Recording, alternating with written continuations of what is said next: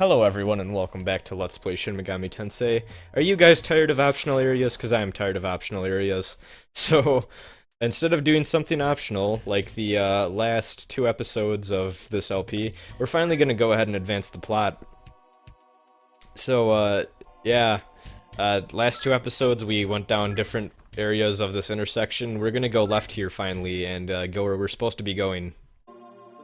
And there's our old friend Takashi. You know, we should probably tell Takashi that Yuji died and may or may not be back as a ghost pope thing, but, this is a 90s RPG, so fuck your logic. We're just gonna go do the dumb things that the script tells us to, because, game plots were dumb back in the day. I actually really like this game's story, especially given the time period it came out. I think this came out like 92, but... Even then, an SNES RPG is going to be an SNES RPG in terms of writing, so can't fault it for that, I guess. So Takashi's still an asshole. Let's carry on down this path, because he specifically told us not to go down here, and fuck whatever he says. Now, this area coming back out of the fork and into the world map to the next area of the game usually isn't too bad. And I say usually because I just totally got hit with an unlucky Mudo right there and just died, so yeah, that kinda sucked. RNG can screw you over in the worst possible ways sometimes, huh? Now my second mistake was to just try and fucking auto this out without Kazuya being there. I don't know what the fuck I was thinking, but yeah, I paid for it, and sure enough, got our first game over for the playthrough. Woo! We did it, guys. Playthrough over. No, yeah, that's what the game over screen looks like. Thought I'd show it off since I finally fucking died. This is actually the furthest I've gone in this game, I think, without dying, so that's something at least. But yeah, just gonna cut out all the walking back to where I was. Luckily, it wasn't too long since I last saved, so that wasn't too much of a hassle getting back to where I left off. But yeah, as I was trying to say, the area past Takashi to get back to the world map usually isn't too bad. It's pretty uneventful, actually, but sometimes RNG will just be RNG, I guess, and just completely fuck you over.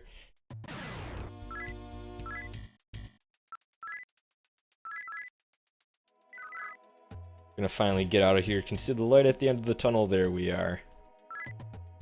Get out, go on to the world map again. And trigger a cutscene. Well, too bad. Fuck you. You've told us a lot of things, Takashi.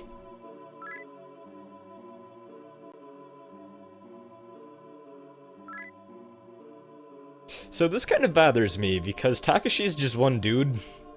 I don't know if he can summon demons himself. I'm assuming he probably can. But, like, he's just like, well, I guess I'm gonna have to arrest you guys now.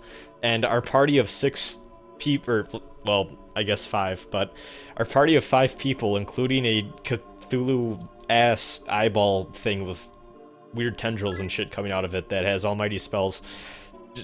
No resistance at all on our end? We're just gonna be arrested? Okay, whatever. Thanks, SMT. So, we're gonna experience the fun adventure of going through a chaotic judicial system. That's something.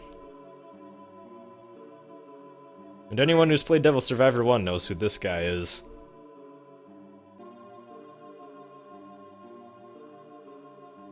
Yes, I have. Best email I ever got.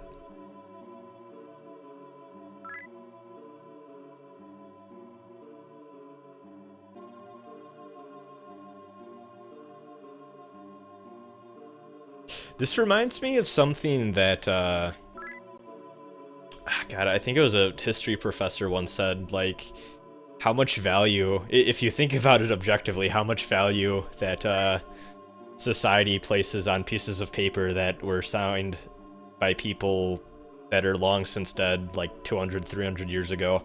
And that's not just, like, America, but, like, any sort of, like, law or constitution or... code of ethics or anything that's has its roots in very old laws. Kind of funny how that works if you think about it that way.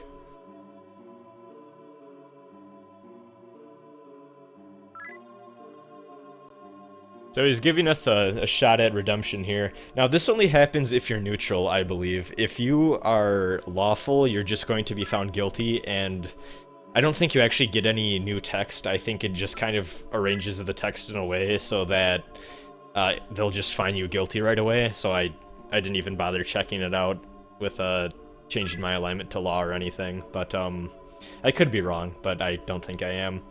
But yeah, if you are chaotic, you also don't get a choice, I think, and you are just recruited to help them out in their cause.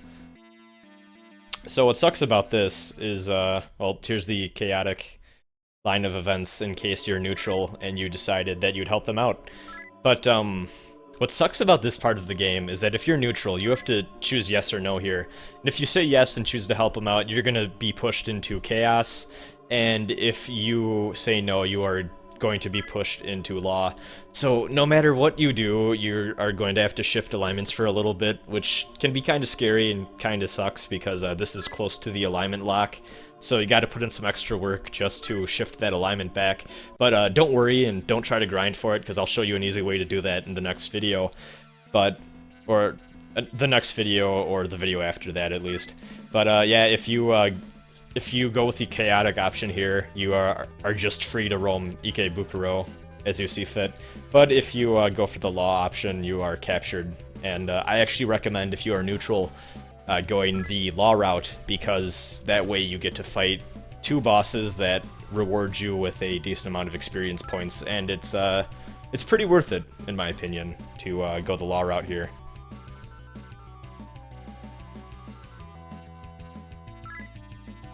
Very similar to when we were captured with Yuji. Just gotta keep talking until something happens that gets us out of here. Actually, the cell looks exactly the same too, with it being like 2 spaces back.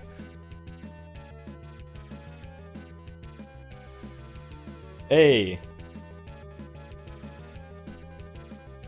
So it looks like he's not like a complete asshole. He can help us out sometimes, even though he's the one who got us stuck in this situation in the first place. You're not very smart, Takashi. Alright, so this is a mini dungeon in the game. It's not too bad, it's only about 2 floors. Like I said, this only happens if you decide to say no to Yama's offer, or if you are law-aligned before you even get to this point in the game. But, yeah, it's not too bad. Enemies here are a little dangerous. There's a few that I'm gonna point out that you should definitely watch out for, just because they can be a pain in the ass if you're not paying attention. These are not one of them, though. These things are fairly easy. Nothing too bad to worry about there. And Yuka leveled up, so that's nice. Yuka's max HP is a little low for my liking, but oh well. I think I even mentioned that in another episode. Spooky skeleton, nothing to worry about. Speaking of spooky things, the super duper blood red moon thingy was tonight. That looked pretty cool. That was a fun time. I appreciated that. Eclipses are weird, but they're always fun to watch. Alright, so this is an enemy that you should definitely worry about. These things are dangerous if only because their agility stat is so high that they can be very, very hard to escape battle from. So generally it's actually safer to just try and kill them as fast as you can. Problem with that is that they hit hard and have a lot of HP, so watch out for these things. Maybe even actually consider recruiting one, just so that if you run into a bunch of them like I did right here, you have an option of easy escape just by talking to them, and them recognizing their friend and leaving you alone. I probably should have done that. I didn't even think about doing that. Yeah, these things can be a major pain in the ass. So one thing I do want to say is this character is law-aligned right now because of the decision. So Onijoro just died, and since that minion is chaos aligned, since we are a law aligned character, we can no longer summon them again. But we could still use them when they were out, just because we had them out before our alignment shifted.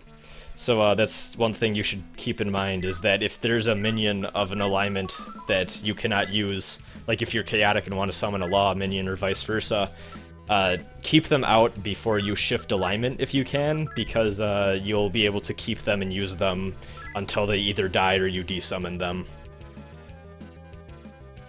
Generally, that shouldn't be too much of an issue, though, because no matter what alignment you go down, there's always good enough demons, even just in neutral alone, probably, that can get you through the game easily.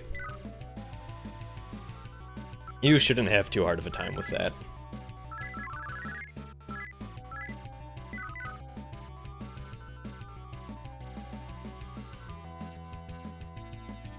Find the staircase here. Not gonna go down yet, though. Just want to finish up exploring the rest of this this 4th floor here.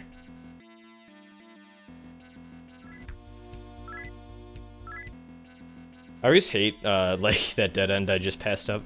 I always there's a child. What the fuck is this, Phantom Pain? Anyways, I always hate when, like, in dungeon crawlers like this, they put like that one tile that you know is completely worthless and a waste of time to walk over, but you feel the need to anyways just for the sake of completing the map.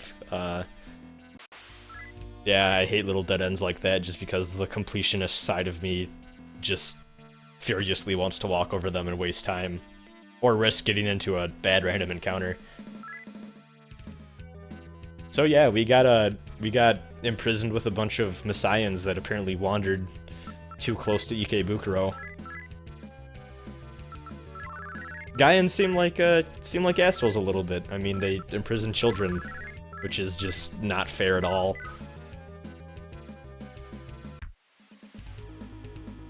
Got a nice level up here. I really like how Kazuya's stat growth turned out. I guess one thing I should say about that, though, is we have been pumping him full of incenses for the entire game, and I think you can finally start to see that kind of have an impact on the gameplay now, since we're getting pretty late into the game now. A lot of talk about this Messiah Cathedral. I wonder if that will be important to the game later on. Hint, hint.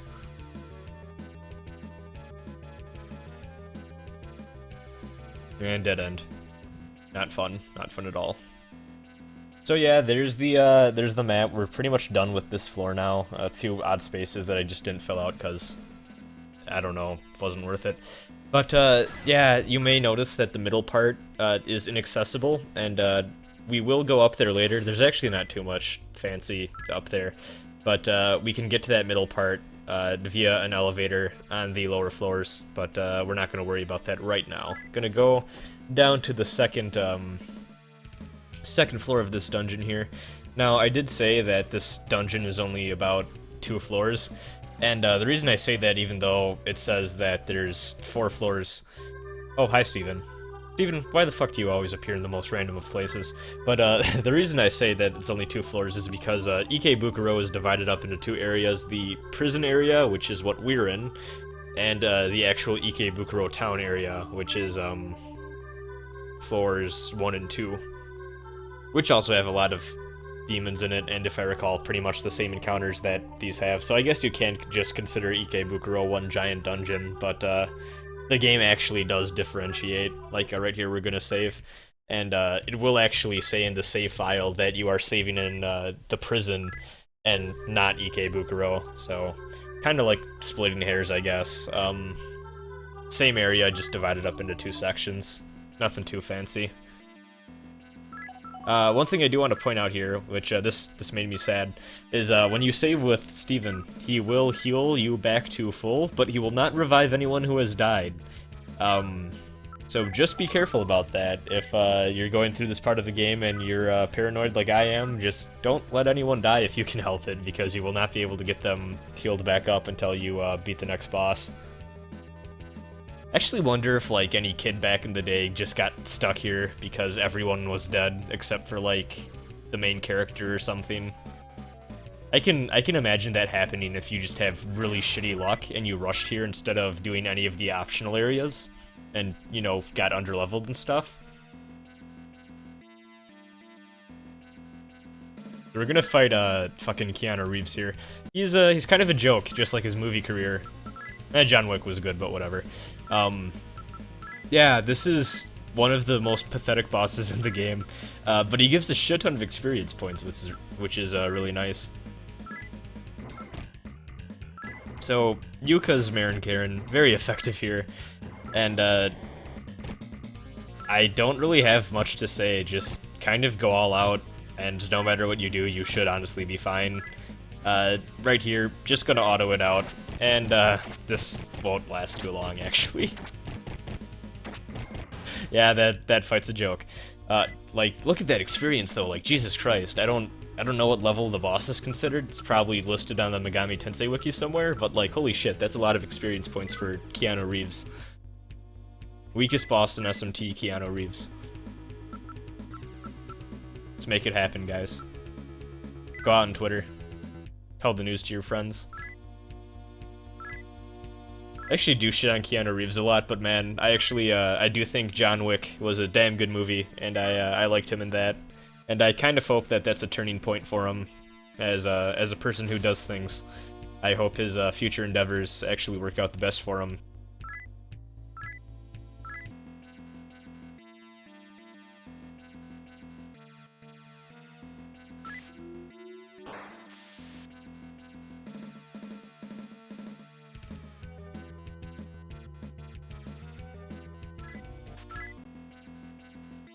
Yeah, not too much going on up here, honestly. I think there's one NPC, and that's about it, really. So this thing, though, is worth talking about. So, if I am not mistaken, this enemy is a problem because it can reflect physical attacks. Now, normally that isn't too much of an issue. However, if you have the Hino Kagetsuchi, half of your team can die. I don't wanna underestimate it. Like, if you get a Hino Kagetsuchi attack reflected, like, you might just game over. I have had that happen on previous playthroughs. Yeah, don't let that happen. If you see a glowing fox thing, just straight up do not physically attack it with Hino Kagetsuchi. You're gonna get your shit rocked. Gonna talk to this cool kid that's hanging around a demon-infested prison for some reason.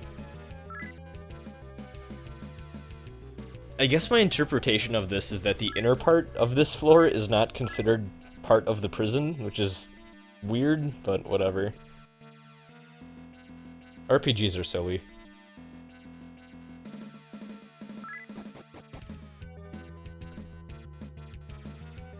There we go, back down to the third floor here.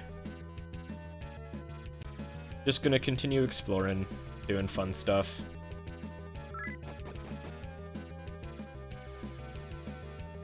Now, if you can see that that little area that's marked there, the reason that's marked is because we've been there before, and we were there when Takashi took us to our little trial there. So you can kind of use that as a waypoint marker for figuring out how the hell to get to the next boss of this area, who I do actually believe is an optional encounter. I don't actually believe you need to go into there and fight Yama unless you really want to. I recommend you do that, though, because very similar to Neo, it's not too hard of a fight, little harder, but still not too bad, but gives you a shit ton of experience points. Right here I actually got lucky and just decided to negotiate with the random demon just to have another one. And didn't ask for too much fancy, so was able to fulfill the contract and get a new minion. That was nice. Look at Mizuki's stats real quick. Zionga and Sukukaja are pretty useful. Sukukaja's kind of... I don't want to say it's crappy, but Sukukaja I don't think is as important in this game as it is in other Megami Tensei games. I think the other buff and debuff spells like Teru and Raku and all that are a lot more useful just because I don't know, I never really had a problem with agility too often in this other than not being able to run away from certain encounters, but like usually I don't find that going second in battle is really too much of a hassle other than sometimes it's nice to get a heal off faster, but yeah, you really don't need to worry too much about agility in this game. You should be fine.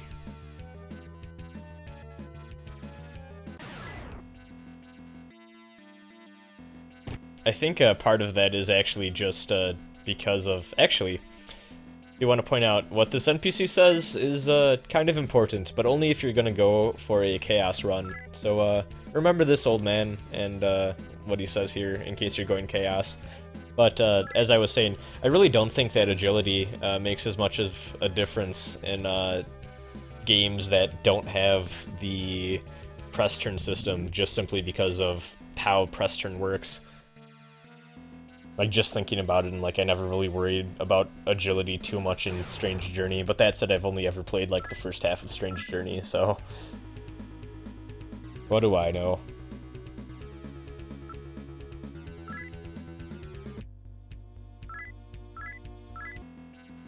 I think we started this episode off with Kazuya having a little over 500 HP. Now he's in the 600s. Gain levels like candy at this point in the game, Jesus. So this is where all the shops are in Ikebukuro on the first floor here. They're kind of all in a line, but there's a few stragglers that are kind of around the corner. Fun little dialogue you get if you go into a Gaian temple when you're law aligned. No big deal though. You just need to pay an extra little tax to heal in a church of the opposite alignment. Neutral healers are total bros though, and will always just let you heal there for free no matter what alignment you are. Because they're the best.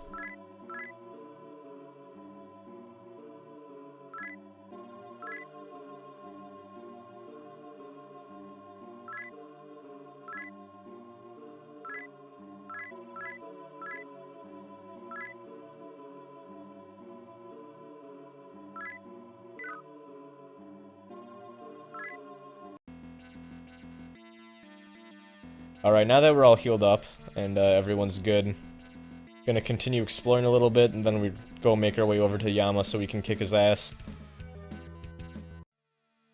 Nice terminal here.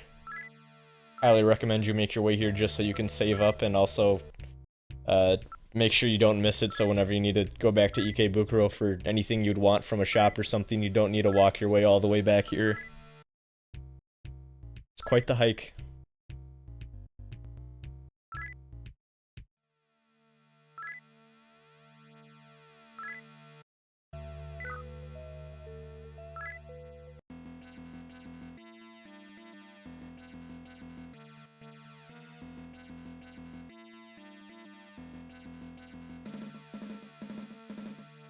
Not too much on this first floor, if I recall, actually, just NPCs and whatnot.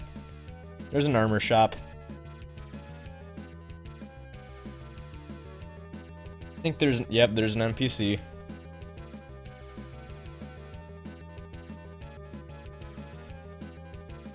Well, I guess we know that there's a guy in temple in Ueno now. Ueno, I don't know how to pronounce that. I apologize. There's a lot of things I just don't know how to pronounce. Pardon my ignorance, everyone.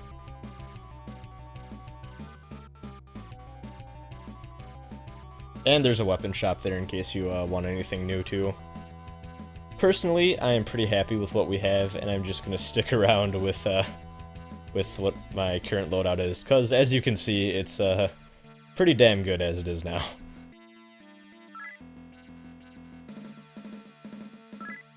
Yeah, I kind of accidentally hit A and skipped out of that NPC dialogue, so I'm gonna go back and repeat that for you guys real quick, just so you don't need to pause the video or anything. Really isn't, though. It really isn't. Pretty douchey. I don't know if you guys ever have the thing I do where, like, you'll be watching like a movie or something, or experiencing any story really, and someone will say the word evil, but like their view of morality is just so fucked over and warped that like whatever they're describing as evil actually isn't, and it's just cringeworthy because people like that actually exist.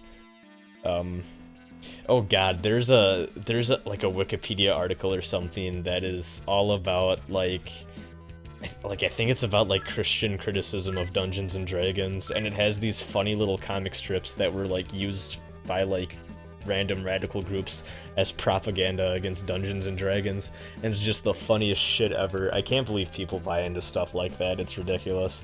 Like, I remember a few moms in like the local area, if I recall, got mad about Harry Potter at our school, but I don't think anything came with it because everyone kind of ignored them.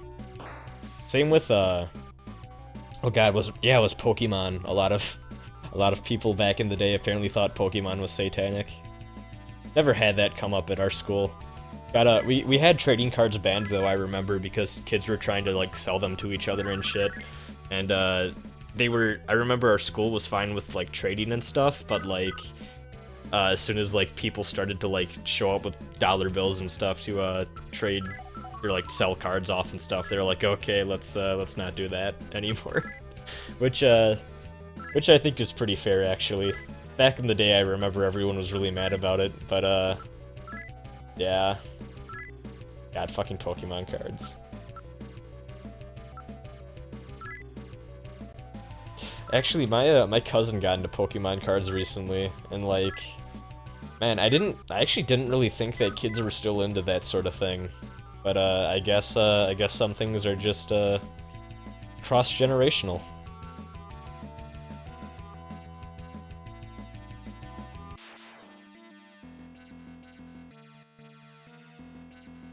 There's a staircase there. Kinda looks like that is a hallway that will lead towards Yama, but that would just make things too simple, wouldn't it?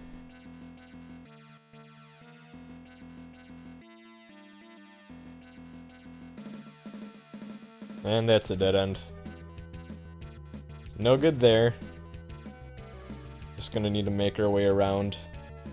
MacGyver a solution to this problem.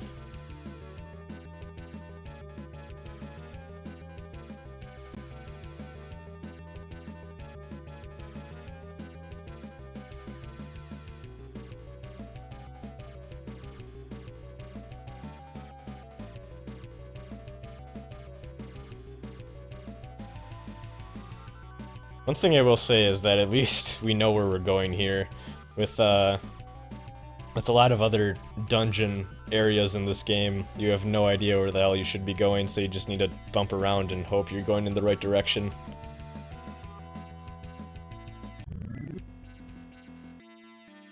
Actually, one thing I will give this game compared to Megami Tensei 1 is, usually you just need to go up or down in a direction, and you don't need to like alternate floors so much.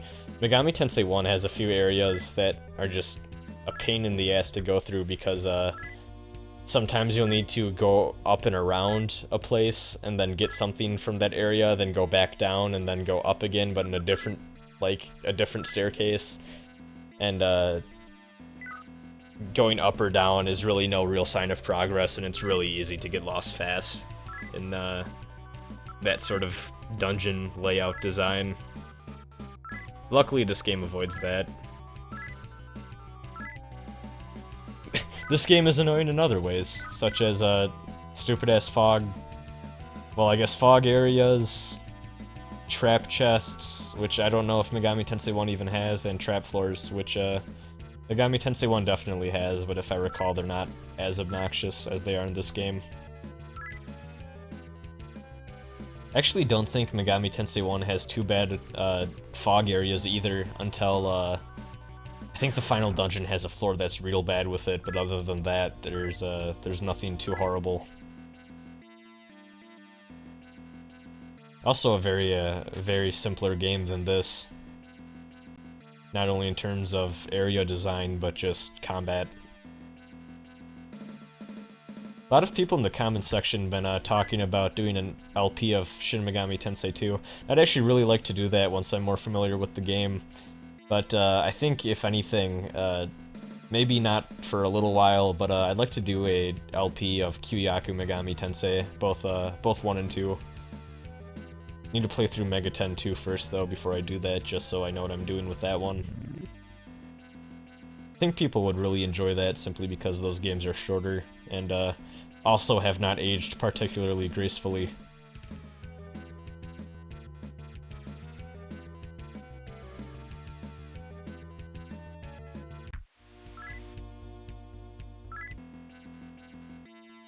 Nice big open area here. That's a boss door if I've ever seen one.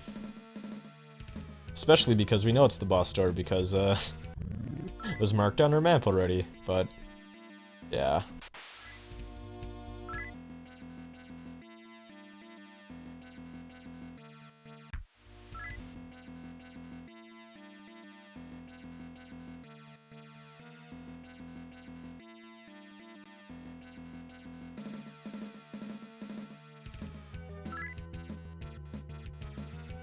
Decided to go on the side area here, and found a Vitality Incense. Pretty nice.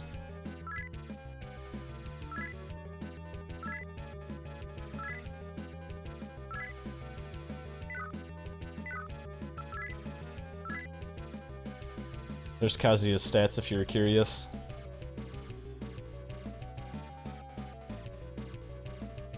Looking really damn good if I do say so myself.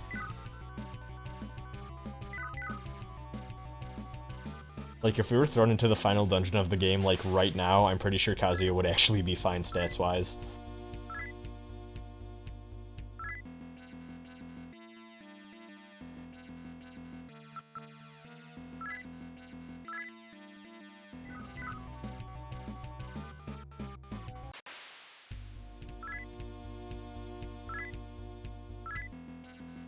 Spooky Skeleton dropped us a bead, which is pretty nice.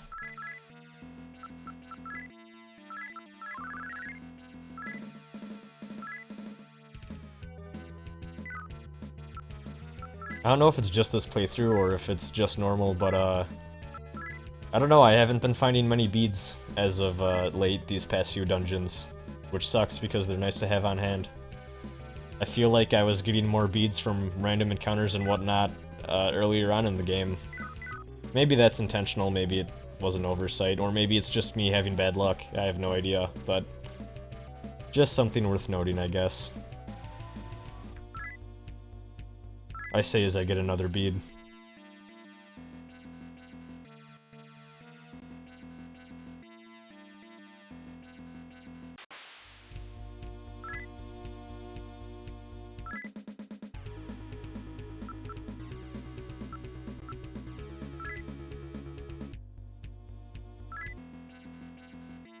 This area is just a waste of time. Decided to get the fuck out. Didn't even want to bother. Let's just go ahead and fight Yama already. Because we can.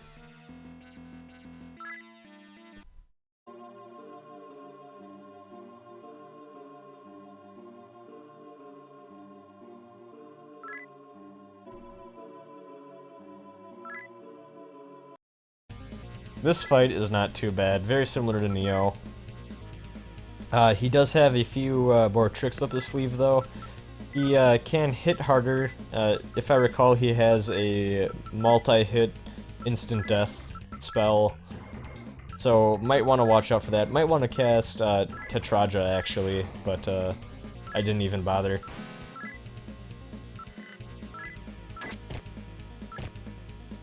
Now, one thing I did forget here is that Yama actually does not take any damage from spells, so you just gotta brute force your way through it, which isn't too bad if you have a few physical demons and the main character with a good sword. If you have any demon that you can use that has Terukaja, now would be the time, definitely. Pretty much, this fight is just continually hitting him with physical attacks until he gives in. As you can see, he hits hard.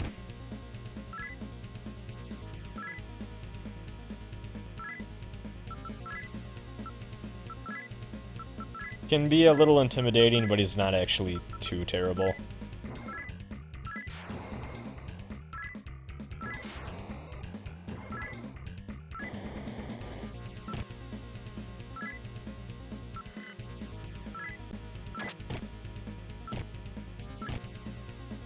And there we go.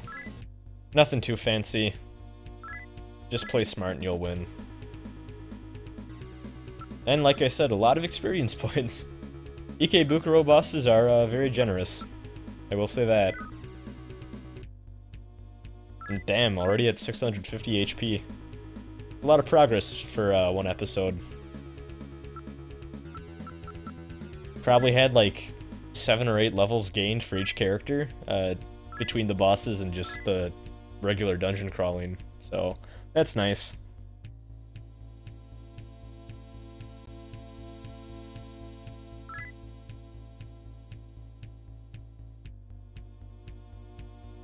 You can say that again.